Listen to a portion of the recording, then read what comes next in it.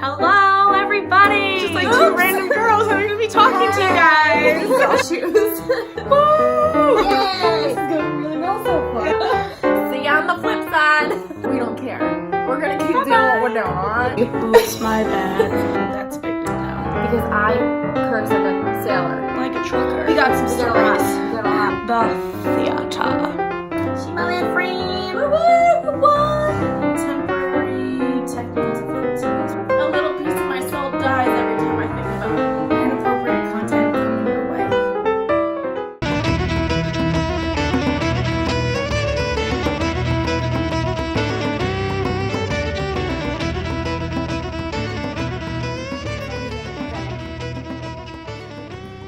Hi guys, welcome to A View from the Mezz, a chat with Broadway babes. Tracy, Gina, get at us. We really want to answer your questions. Please mind my hair, Glasses, hat. You know, outfit. It's late. It's been a day. It's been a day. I'm not gonna get into it, but it's been a day. Yeah, let's not. Anyway, guys, we are here to talk to you about Outside Mullingar, which we had previously recorded an episode of, and I deleted it by accident. We won't get into it, but it was all my fault, so We're gonna refilm! You're So you welcome. guys are seeing the new and improved version of our show. yeah. So Outside Mullingar was on Broadway. It's a play, no music. There goes my laptop, falling off the table. Good times. It was written by John Patrick Shanley and directed by Doug Hughes. The set design was done by John Lee Beatty, and it was at the Manhattan Theater Club at the Samuel J. Friedman Theater. And it was John Patrick Shanley's, it was an original piece. It wasn't based off of anything. Any movie, other show, book, anything. The first preview started on January 3rd, 2014, and it actually opened on January 23rd of 2014. It closed on March 16th, 2014. It was a limited run. Very limited. Overall, when it closed, it played 22 previews and 61 performances. So if you were able to go and see it, Good for you. good for you, because it was super short engagement. Yeah. And we kind of talked about it, and we were like, the age limit. Like, if any community theaters want to do it, and you're like, can I bring my kid to it? Jump on it. We were saying, like, 13 plus. Yeah. Because, like, there really wasn't, like, adult situations. I mean, I just don't think that children would be interested in this. There was a long plot, in-depth characters, and, like, plot settings that, it might get a little too much for kids under 13. So, 13 and older is probably a good age range for it. So, the story of Outside Mullingar is about Anthony and Rosemary. I feel like you're really far away from me. Two really introverted misfits straddling the age of 40. Anthony has spent his entire life on a cattle farm in rural Ireland. I can speak today. I can swear. Rosemary lives right next door and determined to have him. She loves him. She's she was pining, little. like since they were kids, and she's watching the years slip away. They're both getting older, and she is worried because there's a feud with Anthony's family, and his father is threatening to disinherit him, and a land feud between their families. It's crazy. Yeah, crazy. it's like a Romeo and Juliet, but like set in Ireland. Yeah, Irish version. So with all of this going on, Rosemary is fearful of like a romantic catastrophe. Yeah. But the yearning and between the two of them can't be contained, and they like fight tension. their way. There's a lot of tension. Yeah, and they fight their way to happiness. They do. And spoiler alerts, you find out in the end that because she was like so obvious about her interest and love for him, and he always pushed her away, and she just thought that he wasn't interested in her, but really he was interested in her and loved her the entire time. But you find out, if I'm remembering correctly, that Anthony does have some sort of like social anxiety and some sort of disability. So he was afraid nervous to get close to her. He didn't want to tell her like what was really going on with him. And when he does open up and tell her, it's this beautiful moment, and like she accepts him for who he is, and says this gorgeous quote about something about a butterfly. Which even though we deleted the other episode, I deleted the other episode. What? I'm sorry. Take it back. Rewind. It was me. We still didn't find the butterfly quote that she says to him. It's so beautiful. So beautiful. And, like, I'm gonna find it eventually. We're gonna really try and find it for you guys. Maybe we'll get it on another episode. I have the script. It's somewhere. I should just look in the script. Yes, we'll try it for our next episode to get you that line. We'll start it in the beginning of our next episode. But it takes place like in present time, pretty much in Ireland, of course. So should we introduce our signature drink? We are drinking Guinness. So appropriate for this episode. So appropriate. It's the drink of my people. In our Crushin' on Craft glasses. I love them. Andy, I want a pair. If they're available on the website, I'm going to be buying his merch is available. Crushin' on Craft. You guys check it out. Because I love that. They have hats. They have shirts. They have glasses. I'm really gonna pick up a pair of these glasses. Do it. They are I'm gonna buy 2 more at least, because for when we have our special guests on. Yes, guys. End of this episode, we have some like big news to discuss with you guys. Yeah. But you guys are gonna have to wait and watch till the end. Wait and watch. Oh. Do you want to go through the cast with them while I just quickly? She's gonna look some stuff up. So the cast was Brian F. O'Byrne. He played Anthony. Sorry, keep going. Anthony Riley. Deborah Messing of Will and Grace, who we love her, played Rosemary Muldoon. And this was her Broadway debut in this show. She had never, ever been on Broadway or in a show before. Ever. And she was fantastic, like amazing. Mind you guys, this was a 4-person cast. I don't think we mentioned that. Peter Maloney was Tony Riley, and I did this last time. Deirbla, you did it right. Woo, Deirbla! Irish Deirbla name. Malloy as Aoife. Aoife Muldoon. Irish name. Sorry guys, like Irish I am not. We forgive you. But this cast is so small, but so powerful, like super powerful. And just the way they interacted with each other, it was amazing. And if it ever comes back to Broadway, or if any community theaters, or even off Broadway, go see it. It's worth seeing it at least once. Totally. I really should like some community theaters should do this show. It was so simple, but like such a beautiful story. So like really, like community theaters, pick it up. Come on, guys. It did get nominated for a few awards, but unfortunately it didn't bring home any Tonys or Critics' Choice, or Outer Circle awards. It was nominated, for Best Play for John Patrick Shanley for a Tony, for an Outer Circle and a Drama Desk, and it was also nominated Outstanding Featured Actor for Peter Maloney. So, and so it was really good. And wait a second. Oh, and Brian F. O'Byrne was also nominated for Outstanding Actor in a Play. So both of the main actors, the male actors, were nominated, but they didn't bring home the award.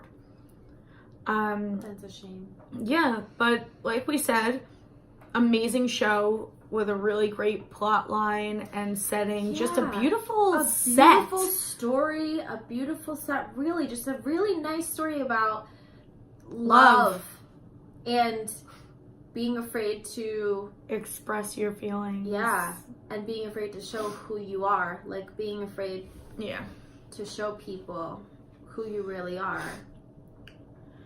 Sorry, guys. I'm a little stuffy. We're both a little tired, but we're still here. We're still here with you guys. Woo!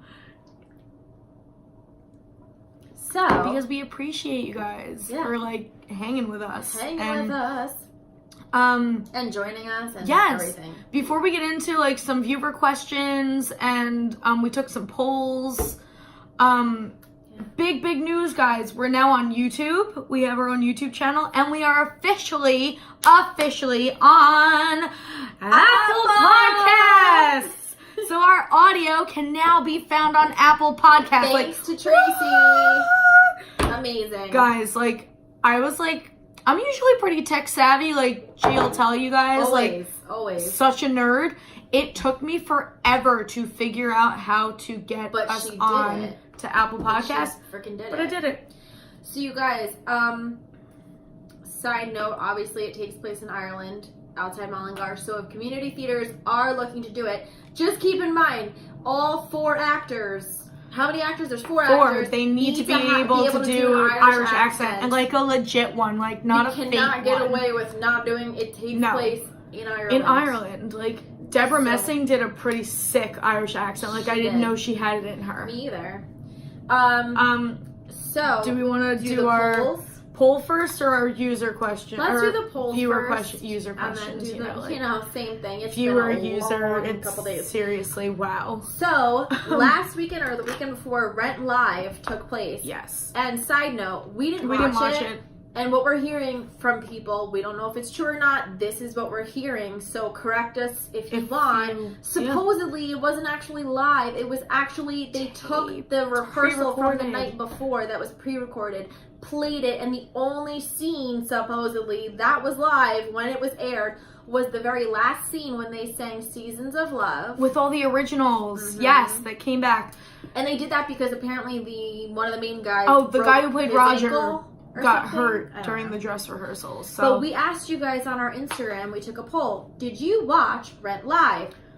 38% of our viewers said yes, and 62% said no.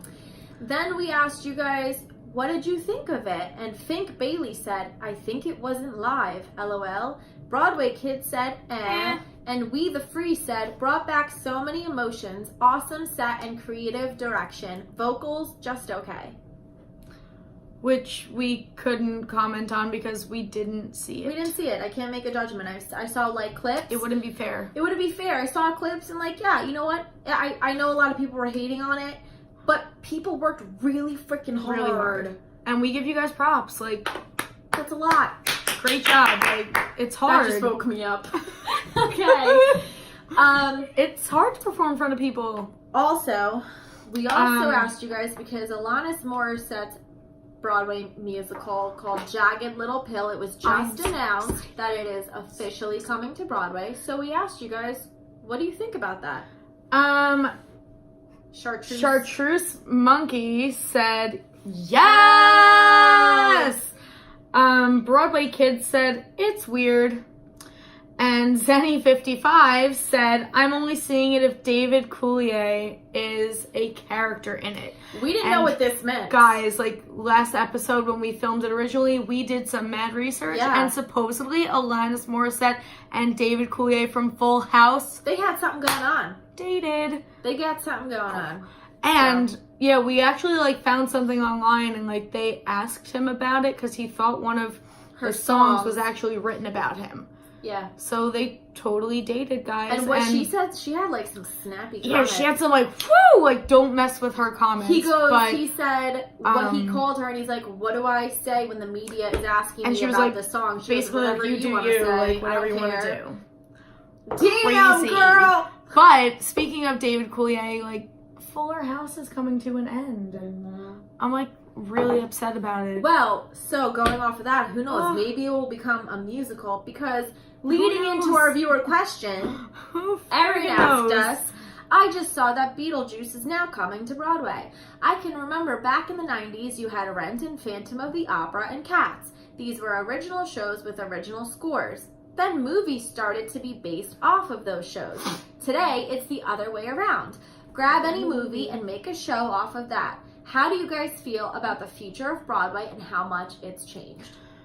We love Broadway, but like you said, Erin, it's changing so much. Like, we have all of these shows now. We have Waitress, Mean Girls, Frozen, Pretty Woman, Moulin Rouge is coming out, Aladdin, Tarzan, The Notebook. We could go on forever. There are so many shows that are now being made from movies. Yeah. And it's good and bad. The way I see it, it's like, you know you're going to get butts in the seats because people know those movies. And they want to see them in a different way. But and backers are more willing to give money to to something that they know is going to be successful rather than... And it's going to fill the seats. And then on the other hand, it's like, where's the creativity? Like, I understand that it takes a lot to add music that didn't exist in those movies. But what about the people who are writing musicals from the ground up? Yeah. But you know, nobody has faith anymore. No, they don't. But I'm excited to see Beetlejuice and what they do with it. I'm actually seeing it like the second day in previews. Yeah, so I'm like super excited, and we're gonna have to add that show to our. We'll add it to our mix. golden hat of that way shows. It could be picked, and she could tell us all about it. Because guys, I'm so excited. Like, Beetlejuice is one of my favorite movies. Like as a kid. Yeah. And I'm just kind of excited to see where they're gonna go with it, because it wasn't a musical. Like, the movie was not a musical. It had some songs thrown in there, but they didn't sing. No. Like, so it's gonna be interesting. It's gonna be really interesting. There's a good cast. Like Alex Brightman, off the top of my head, he's like a big name.